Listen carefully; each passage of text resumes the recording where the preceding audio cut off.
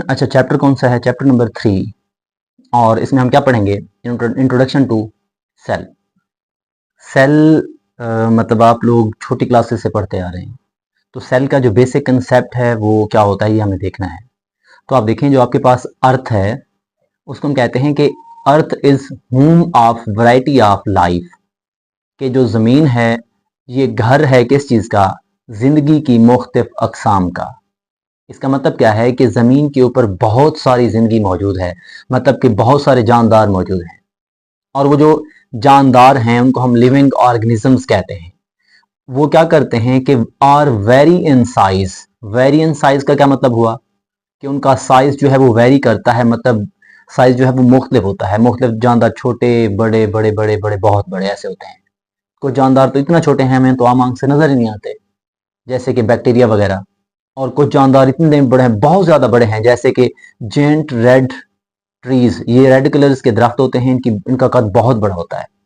और वो जो जानदार नजर नहीं आते उनको हम क्या बोलते हैं? Microscopic organism. और जो बड़े दरख्त हैं उनको हम क्या बोलते हैं? Giant red trees. तो इन दो लाइनों की समझ आ गई होगी। पहली लाइन में क्या बोला गया कि ज़मीन जो है, हम क्या कहते हैं कि ज़मीन को कहा जाता है home of variety of life, मतलब कि जो ज़मीन है उस पर ज़िंदगी की बहुत सारी अक़साम मौजूद हैं। और जो लाइफ है, जिस चीज़ के पास लाइफ होती है, जिस चीज़ की मतलब ऐसा जानदार जो ज़िंदगी रखता है उसको हम क्या बोलते हैं? Living organism. और जो लिविंग ऑर्गेनिजम्स हैं, मतलब कि जानदार हैं, उनका साइज मुख्तलिफ होता है। वो साइज माइक्रोस्कोपिक से लेकर जेंट ट्रीज तक होता है। मतलब कि माइक्रोस्कोपिक का मतलब है बहुत छोटा, जो आम आंख से नजर ना आए, जैसे कि बैक्टीरिया वगैरह का साइज बहुत छोटा होता है। और जेंट रेड ट्रीज ये ऐसे दरख्त हैं जो बहुत बड़े होते हैं। ठीक हो गया। अब इसी तरह दीज ऑर्गेनिजम्स, मतलब कि ये जो जानदार हैं, are made up of building blocks. Building blocks मतलब ऐसे अच्छे छोटे ब्लॉक्स जो बड़ी चीज को बनाते हैं, उनको हम बिल्डिंग ब्लॉक्स कहते हैं। तो जो आपके पास सेल्स हैं वो बिल्डिंग ब्लॉक हैं किस चीज के? जानदारों के। मतलब कि हमारी बॉडी या जानदारों की बॉडी किस चीज से मिलकर बनती है? बिल्डिंग ब्लॉक से। और उन बिल्डिंग ब्लॉक्स को हम क्या बोलेंगे? सेल्स का नाम देंगे। आइडिया हो गया होगा। अब इसी तरह आगे देखें, it is the smallest unit of the body, कि हमारी बॉडी का सबसे छोटा यूनिट कौन होगा? सेल होगा। इसी तरह अगर मजीद देखें, सेल को कहा जाता है बेसिक स्ट्रक्चरल एंड फंक्शनल। कितने टाइम छुट्टी करेंगे? छुट्टी। अब आप देखें कि हम सेल को क्या बोलते हैं? Basic structural and functional unit of living organism. हमारी बॉडी को बनाने वाला बुनियादी। और फंक्शनल मतलब कि अगर हमारी बॉडी के अंदर सेल नहीं होगा तो हमारी बॉडी के अंदर कोई भी फंक्शन परफॉर्म नहीं होंगे और हम क्या कर जाएंगे? मतलब हम मर जाएंगे। इसका मतलब क्या है कि हमारी बॉडी को बनाना और हमारी बॉडी के अंदर जितने भी फंक्शंस हैं उनको परफॉर्म करने का काम कौन करता है? सेल करता है। इसी तरह अगर हम देखें स्ट्रक्चर ऑफ सेल, सेल के साख्त की या स्ट्रक्चर की बात करें तो इसमें क्या कहा जाता है कि जो सेल है इसको सबसे पहले जिस आदमी ने डिस्कवर किया था उसका नाम है रॉबर्ट हुक। कब डिस्कवर किया था? 1665 में। जहन में रखिएगा, ये एमसीक्यूज है। अब इसने कैसे डिस्कवर किया? उसने जो पौधा होता है उसकी जो कॉर्क छाल होती है उसका छोटा सा क्रॉस सेक्शन लिया, मतलब कि वहां से छोटा सा हिस्सा काट लिया। जब उसने छोटा सा हिस्सा काटा तो उस छोटे से हिस्से को उसने स्टडी किया। एग्जामाइन का मतलब होता है स्टडी करना। किस चीज की मदद से? With the help of compound microscope. उसने कंपाउंड माइक्रोस्कोप के अंदर वो देखा। अब वो जो कंपाउंड माइक्रोस्कोप के अंदर उस छोटे से टुकड़े को देखता है तो उसके जो मुशाहिदात थे वो लिखे हुए हैं। अब आप देखें, ही ऑब्जर्व्ड दैट, उसने देखा कि जो कॉर्क है वो किस चीज से मिलकर बना है? Minute honeycomb like chambers. शहद की जो मक्खी है उसका जो छत्ता होता है वो कुछ यूं होता है ऐसे। इसके अंदर छोटे छोटे होते हैं खाने। बिल्कुल इसी तरह के खाने किस चीज में नजर आए? माइक्रोस्कोप के नीचे जो रखा गया था वो कॉर्क का टुकड़ा, उसके अंदर ये छोटे छोटे खाने नजर आए। इन्हीं खानों को फिर क्या नाम दिया गया? सेल्स का। उसके बाद एक और साइंसदान है उसका नाम है रॉबर्ट ब्राउन। रॉबर्ट ब्राउन ने 1831 में कहा सेल जो है वो खाली जगह नहीं है, सेल के अंदर कोई और चीज भी मौजूद है, जिसको क्या नाम दिया गया? न्यूक्लियस का। इसी तरह न्यूक्लियस डिस्कवर हो गया। उसके बाद साइटोप्लाज्मिक ऑर्गेनेलीज जो हैं, जो साइटोप्लाज्म के अंदर जैसे माइटोकॉन्ड्रिया, पेरोक्सिसोम, सेंट्रियोल वैक्यूल, सारी चीजें जो सेल के अंदर देखने को मिलती हैं वो भी बाद में डिस्कवर की गई। ठीक हो गया। अब आप देखें, अब सेल का जो स्ट्रक्चर है उसके अंदर सबसे पहली चीज जो हम स्टडी करेंगे उसका नाम है सेल वॉल।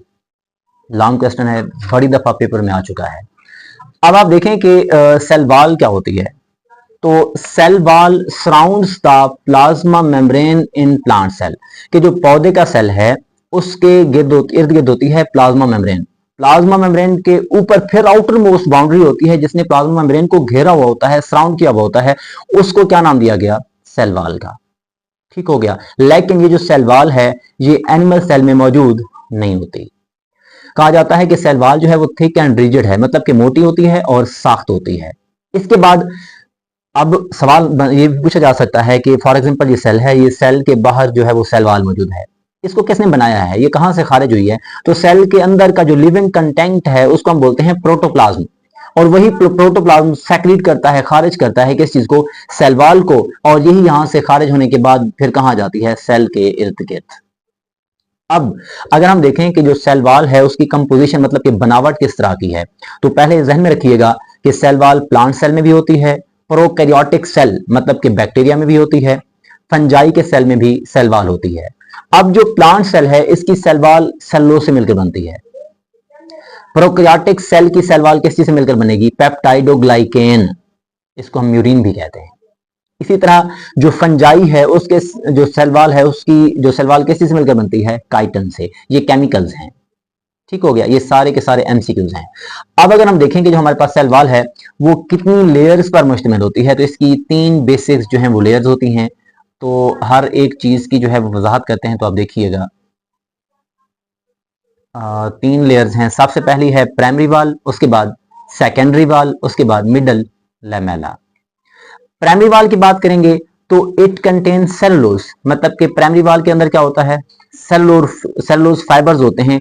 मतलब कि फॉर एग्जांपल आपके पास है ये सेल वाल का एक छोटा सा टुकड़ा, इसके अंदर इस तरह, जिस तरह सुई नहीं होती सुई, इसी तरह के धागे नुमा साख्तें मौजूद होती हैं, ऐसे ऐसे, उसके बाद फिर इसके ऊपर ऐसे। इसको हम कहते हैं क्रिस क्रॉस अरेंजमेंट। तो ये सेलुलोज फाइबर जो हैं, जो सेलुलोज के धागे हैं, वो किस तरह तरतीब पाते हैं? क्रिस क्रॉस अरेंजमेंट की सूरत में। इसी तरह अगर देखें जो प्राइमरी वाल है ये क्या होती है? Thin and flexible. थिन का मतलब है पतली और फ्लेक्सिबल का क्या मतलब है? लचकदार। ये अलहदा चार्ट क्वेश्चन में आ सकता है। सेकेंडरी वाल की अगर बात करें तो पौधों के कुछ सेल्स जैसे कि जाइलम वेसल सेल्स, ये क्या करते हैं? इनके पास प्राइमरी वाल के अंदर एक और सेल वाल मौजूद होती है जिसको हम क्या बोलते हैं? सेकेंडरी वाल कहते हैं। सेकेंडरी वाल थिक मतलब कि मोटी होती है और रिजिड सख्त होती है। क्यों सख्त होती है? क्योंकि इसके अंदर लिग्निन है, और ये जो आपके पास लिग्निन है ये क्या करता है? सीमेंट्स सेलुलोज फाइबर्स टुगेदर, मतलब कि ये जो सेलुलोज के फाइबर्स हैं, धागे हैं, ये एक दूसरे के साथ जुड़े हुए होते हैं। सीमेंट जानते हो? सीमेंट का मतलब होता है, मतलब आपने सीमेंट देखी होगी, वो इनको आपस में ऐसे जोड़ के रखता है।